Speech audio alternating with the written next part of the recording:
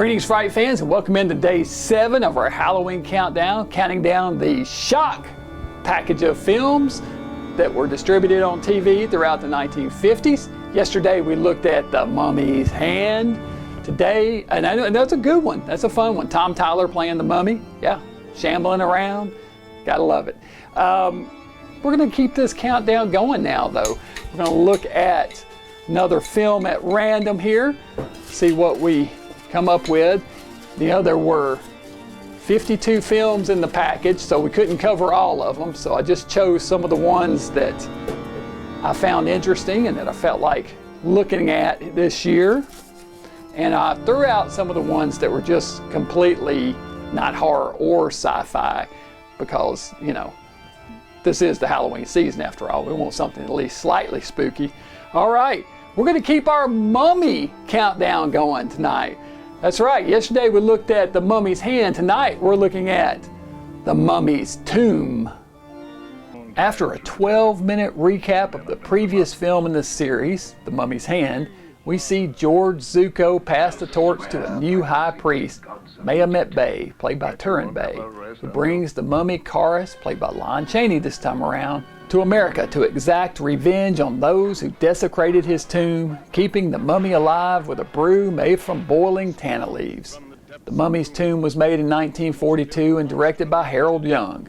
It has all the Universal ambiance and atmosphere of their classic films. The music is the stock Universal horror music, and the makeup is done by the great Jack Pierce and is outstanding. This is a fun film. It's pretty standard mummy fare though, but hits all the right notes. They even work an angry mob into the story.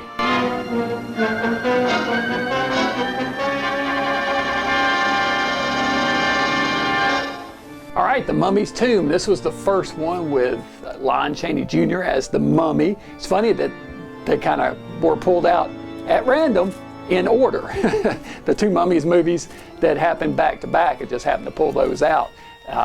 Pretty fun little movie. I like Chaney as the mummy. He's pretty, what I like about him as the mummy is he's an imposing figure. You know, he's a bigger guy, around the shoulder area especially, he's bulky. You know, it looks like he could do some serious damage for sure if he got a hold of you.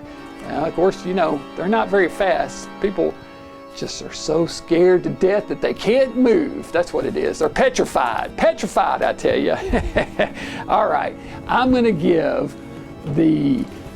will give the Mummy's Tomb another 3.5 because it's a good movie, a little above average. A lot of these mummy movies get repetitive. This series especially, kind of doing the same thing, you know. He's always trying to find his lost love, but hey, he's a romantic. What can you say? Mummy's a romantic. Mummy's romantic. Yeah. So what do you guys think about The Mummy's Tomb? Are you a fan? You a fan of Chaney as the mummy? You gotta be. They're goofy fun. You know, that is one thing about these films. You can definitely say is they're a good time. So kids again would have been digging this, I think. And I can just see kids in the neighborhood running around shambling, doing this, chasing each other, you know, at Halloween time especially, wrapping up in toilet paper and running around the neighborhood as the mummy after seeing this. Good stuff. All right, guys, that's it for tonight. Be sure and join me back here tomorrow night. Until then, stay mad.